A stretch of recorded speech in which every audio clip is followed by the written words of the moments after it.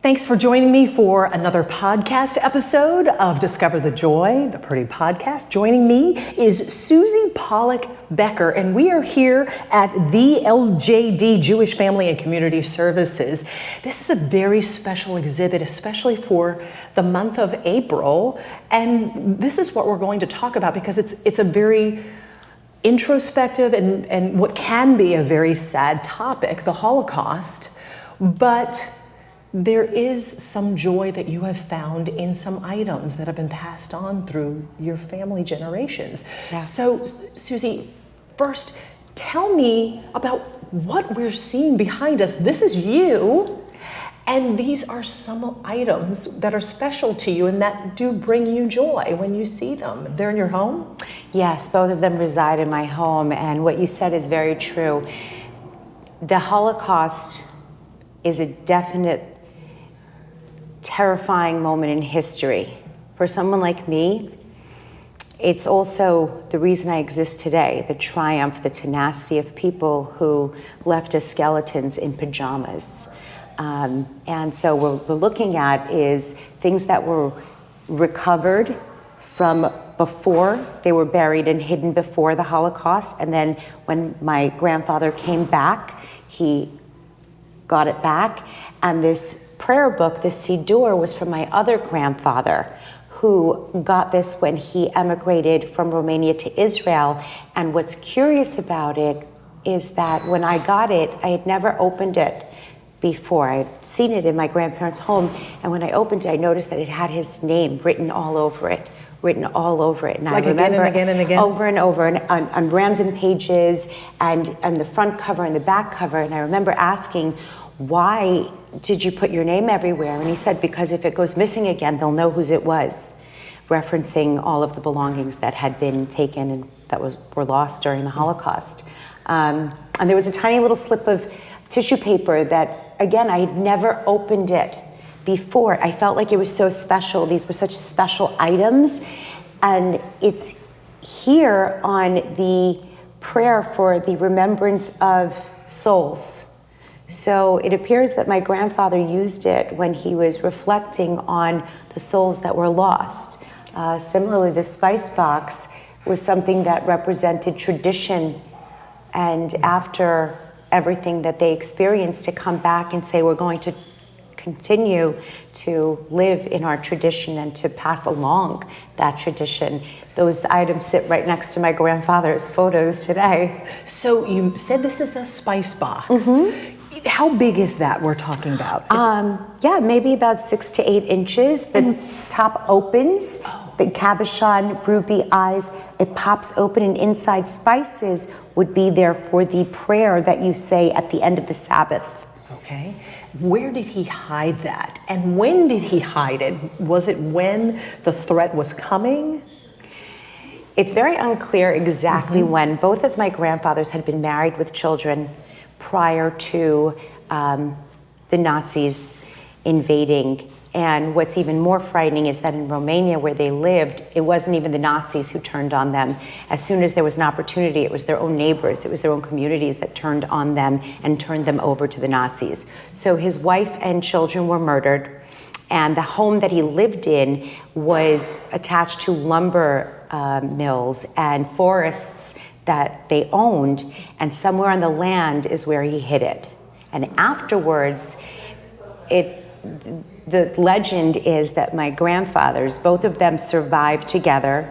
They came back to my paternal father's home that he had turned into a rooming and boarding house for anyone who was returning from any parts of the Holocaust to try to find family and reunite and rebuild community.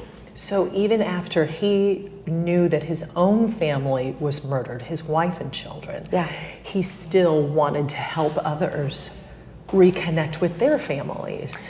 Yes, he established the first ritual bathhouse because he understood that for a kosher community to exist, they needed to have some of those very deep-seated traditions in place. So a kosher butcher and a kosher bathhouse. And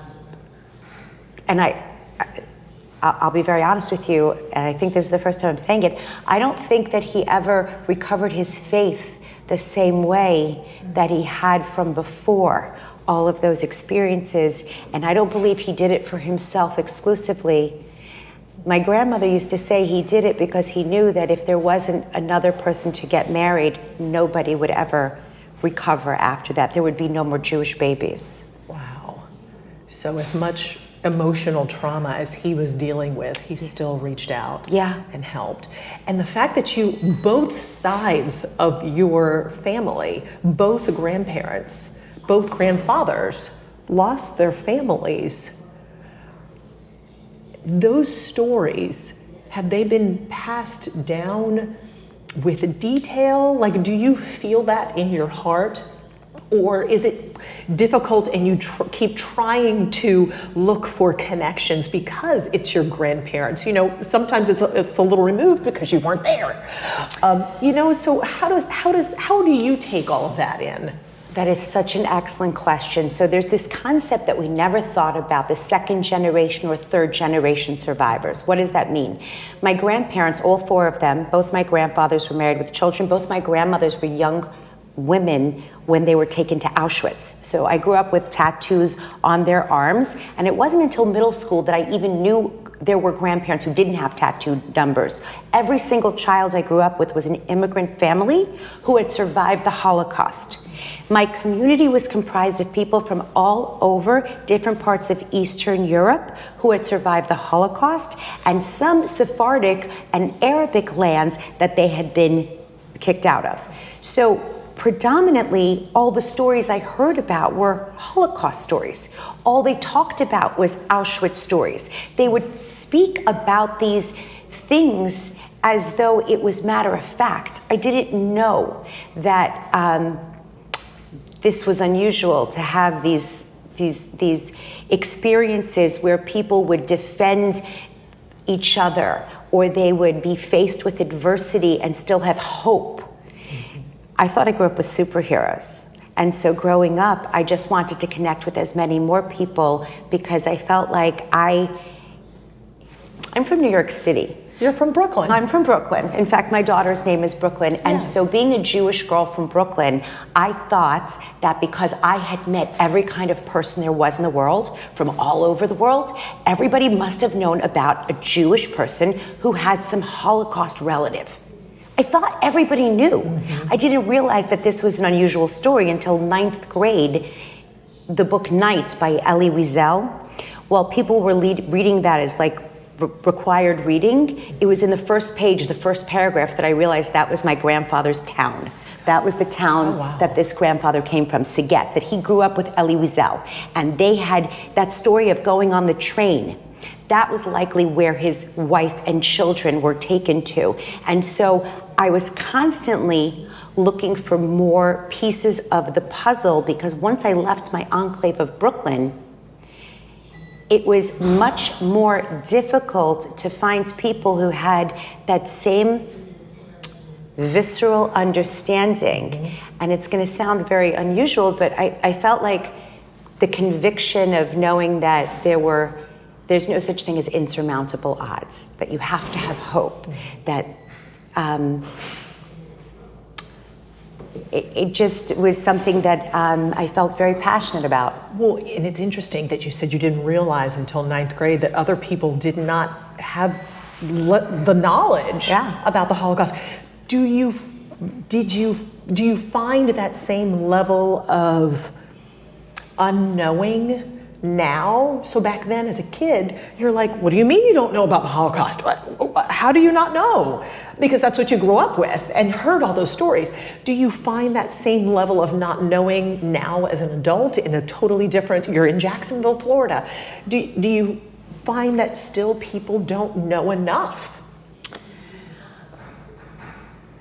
It's a very interesting question, because 40 years ago, 45 years ago, almost 50 years ago, when I was growing up with these stories, now we're talking about 80 years ago. So most Holocaust survivors are no longer alive.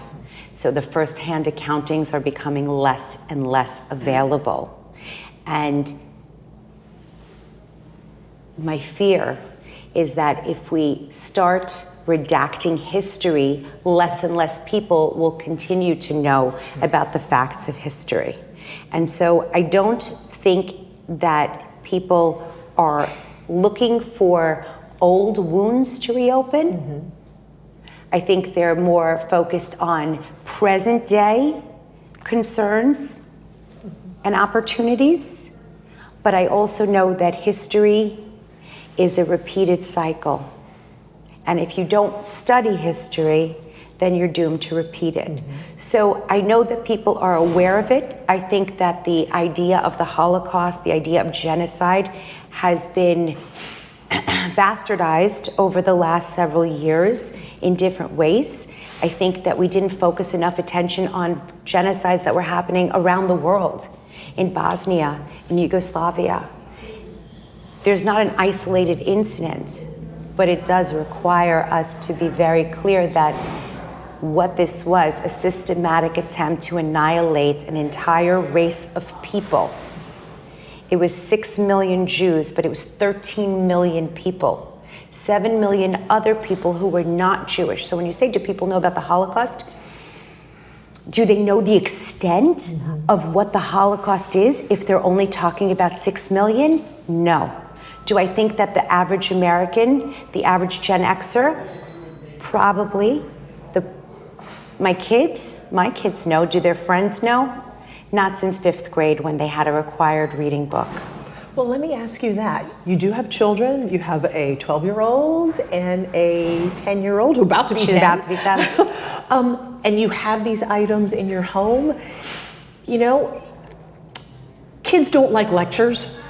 So I'm sure you don't sit them down and say, okay, now we're gonna talk about our family history. Or do you? I don't know. But how do you share these different experiences that mean so much to you with your children? And that may be something that people are struggling with, knowing kids' attention spans are like that. You know, just trying to talk about their own family history. How do you go about sharing your history with your children? Okay, so that's an excellent point. I think it's important that we stress our history to our children. We are first-person narrators. We are archaeologists, we are sociologists, we are anthropologists, each and every one of us. And for my kids, they understand that knowing our history will help us to learn how we can get along in society, how to be a global citizen. If they don't learn who they are and where they come from, how can they learn to be patient, to listen to who you are and where you come from, and to find what it is, not that divides us, but what unites us? What can you and me unite to overcome together? So for my kids, just like me, I grew up with these stories, and even now as an adult, I'm finding that like some families like call each other and they have these like gossip sessions. We don't do that. We call up, and my cousins and I will have these conversations like, did you ever hear the one where Bobby, that's Yiddish for grandma, found a matchstick on the grounds at Auschwitz and she drew on eyebrows because this way she would look prettier? Could you imagine having that kind of interest in your dignity under those circumstances? And we get like a kick out of it. I'm like, oh, did you hear this one? And it's like a one-upmanship. So now, this is what I was gonna show you. My son's Bar Mitzvah is coming up. And so taking it to the next level, team up against hate. It's not just about anti-Semitism. It's about all sorts of racism and discrimination. It's about not using hateful language. It's about questioning people who use that language and saying, why do you think that way? What is this? This is for his Bar Mitzvah, his Bar Mitzvah project. Which is a coming of age It's a coming of age. It's a rite of passage. And so it's customary to do something that engages awareness and information, education, to do something that elevates the mundane, a good deed. So he did this? Yes. What? Yes, he's an athlete, and you know, it starts off with that smack talk on the court. Yeah. And sometimes you forget yourself, right? And over time, we've heard kids bring back and use words that we have not heard for decades in public out loud. And I was horrified when I heard a kid say it. And my kid said, I would never say it. I said, but did you ask him why he said it? Why he felt comfortable saying it? And in that moment, it was like a light bulb moment. See something, say something. Who are you? Whose are you? What do you stand for? So what is he going to do with this? So it's an awareness pledge I see here. Yeah, it's an awareness pledge for student athletes and students. It says, you put your name here, I'm joining DJ Becker, that's your son, his Team Up Against Hate campaign. I commit to stand up against hate and discrimination. Is this something that he's taking to his school? Yeah, his school, to the sports field. He's engaging with local community teams and athletes to see if they'll participate in this very basic step. It's hard to make big proclamations. I would love to say, I want to eradicate all of the bad things in the world, but I can't boil an ocean. What I can do is start by educating my kids that this has to have meant something greater than just my story that I'm sharing with one person at a time. This has to be something that the entire world learns from. We can't repeat unchecked hate. We can't allow things to gain a momentum that you cannot stop, because silence is complicit. I have got to know, and thank you for sharing this. Please, you're welcome to keep it. Oh, thank you. I'd love for you to sign it. I appreciate that. I am going to keep it, take it, show and tell at my work when I go back to work today. Please do. I would love to know, and you mentioned just one about the matchstick. I would love to hear a couple more of these one-up stories that you tell each other. Could you please share? Absolutely, about absolutely. Your grandparents? Yes. So my grandmothers, I didn't know this. I would grow up with these stories, right? Bedtime stories for some people are like. Both of your grandmothers. Both my grandmothers survived Auschwitz separately. They didn't know each other. Okay. When I was growing up, they would do these comparisons. Do you remember here? Do you remember them? And then your grandfather. My grandfathers actually survived together.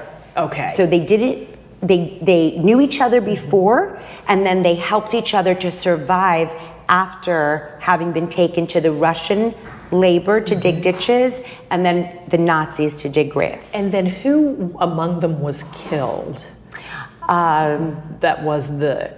Both my grandfathers lost their wives, their children, and almost all of their siblings. Okay, so they came home alone. So your grandmothers are their second marriages. Second marriages. Okay. Yes. All right, and I wanted to make sure we understood that. Yes. So we have a basis here, but go ahead, please tell me some of these stories that have been passed down that are just jaw droppers, really. So my savta, that's Hebrew for grandma, my savta, she had a sister who was very sick, and it's historically known that when you arrived to Auschwitz, you were sent to the left or the right. And Dr. Mengele would point which direction would go in. And her sister was sent to the death line, and she was sent to the work line. And so she snuck over, grabbed her sister, and pulled her into the line with her. And a Nazi caught her and took her sister back. And so she did it again. And the Nazi said, I'll let you keep her, but you're responsible for her, knowing that this would be somebody who's being given the same amount of work, but is clearly not well enough to do it. So my grandmother spent the war while they were in Auschwitz doing her sister's work for her and like fighting off other prisoners because she was so weak that whatever rations or food she would get, people would try to take it from her. So my grandmother would try to give her food, she would do her work, and so they both survived at the end. Oh my God. Yeah, she ended up in a wheelchair, her sister, for the rest of her life. And I remember just thinking, wow, that's so amazing. Mm-hmm. And it wasn't until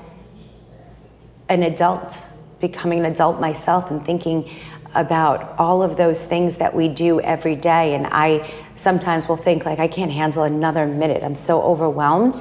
And then you remember a story like that, you know, and I don't think you can remain overwhelmed, you know. I thank you.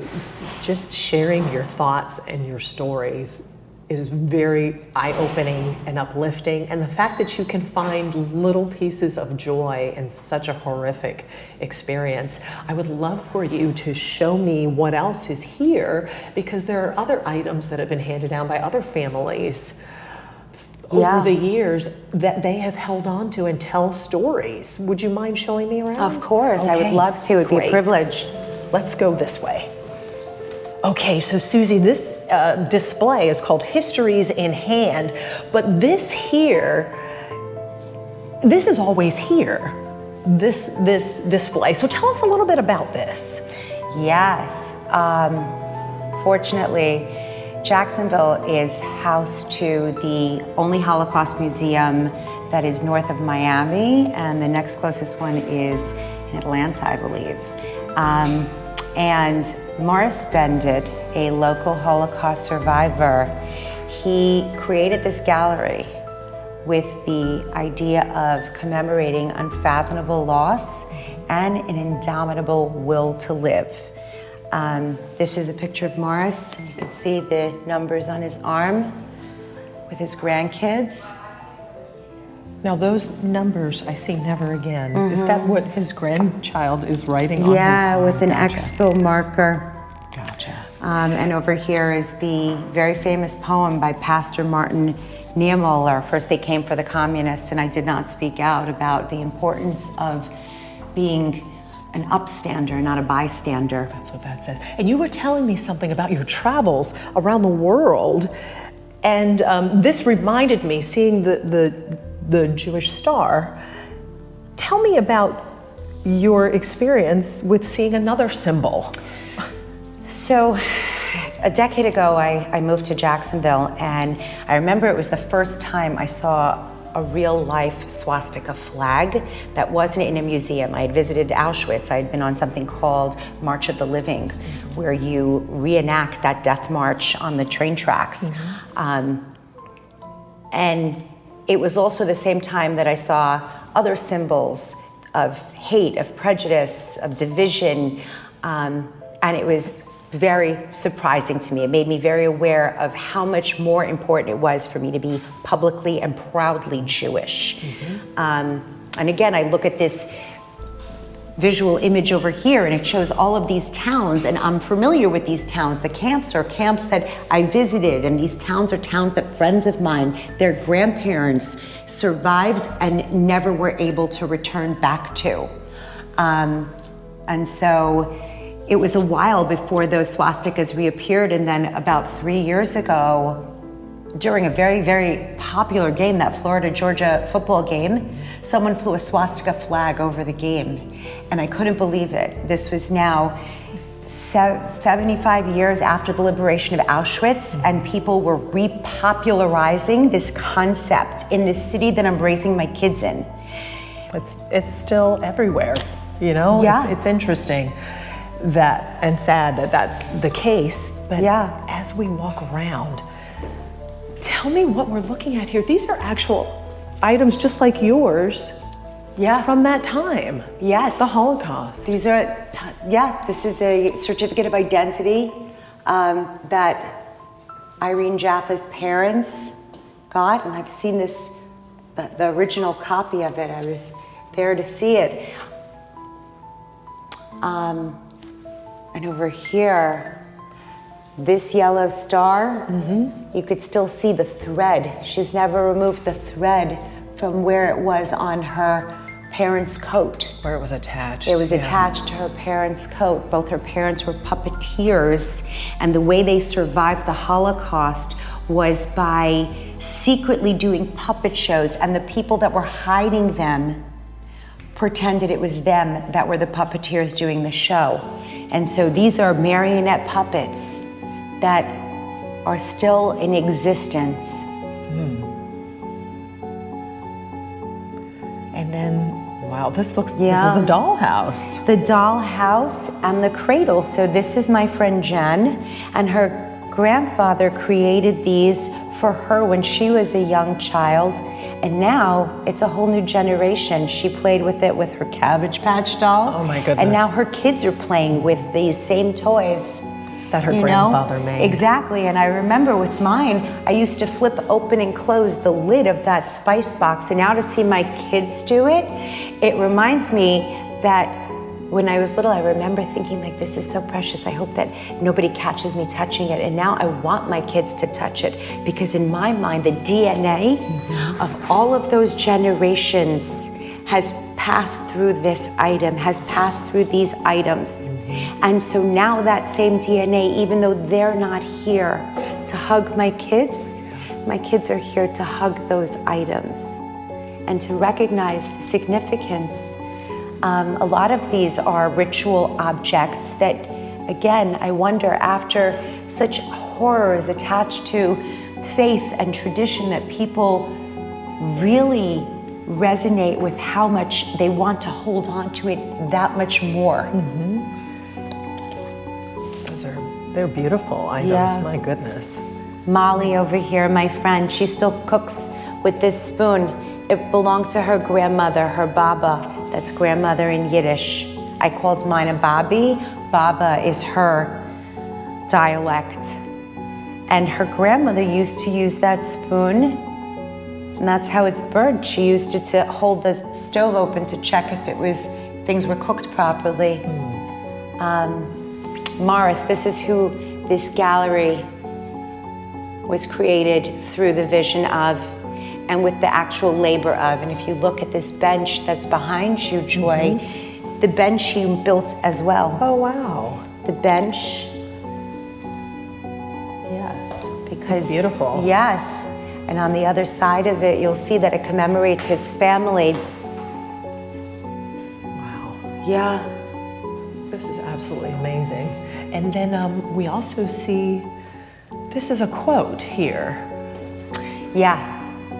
We came as Jews who remember the millions of faceless people who stood quietly watching the smoke rise from Hitler's crematoria. We came because we know that, second only to silence, the greatest danger to man is loss of faith in man's capacity to act. So famously in 1964, 16 rabbis were arrested following Martin Luther King Jr.'s arrest in St. Augustine. He wrote to his good friend, and the rabbis came from their congressional meeting, and they protested at the hotel in St. Augustine, and it was during their protest, their peaceful protest, that there were several teenagers that jumped into the pool famously, and the hotel owner poured acid into the pool. And it was because of that moment that they say the Civil Rights Act was then elevated to national significance. It made the front page of the newspapers, that people were coming from all different communities to support the idea that together we're so much more strong than if we're individually fighting for each other's individual rights. And this is interesting. In this display, this was something that was displayed before. Yes, the previous exhibit was that exhibit, and they're now rotating and traveling exhibits. You can get those exhibits from JFCS. It's so cool how they were able to keep part of the Martin Luther King Jr. exhibit, and it's also relevant for this exhibit about the Holocaust. Yeah, yes it is, yes it is. It never changes. History is cyclical. And you know what? You were telling me that you're actually doing something besides telling your children, which is important, about your history. You're trying your best to share it with others to make sure those stories go forward. Tell me about your podcast. Well, thank you for asking. So after I noticed an uptick in not just discrimination and racism and hatred and anti-Semitism, this place that I'm raising my children in, from St. Johns County to the north side, to out east, to the west side, to San Marco, all of us have stories, and each of our stories are valuable, and it's what helps us to connect and to understand and empathize and show compassion. And so I realized that coming from a place of vulnerability and explaining that the reason I feel we need to stand up and speak out is because of my personal history, I created this podcast, Schmooze with Suze. Schmooze with Suze. Schmooze is Yiddish for chat or talk.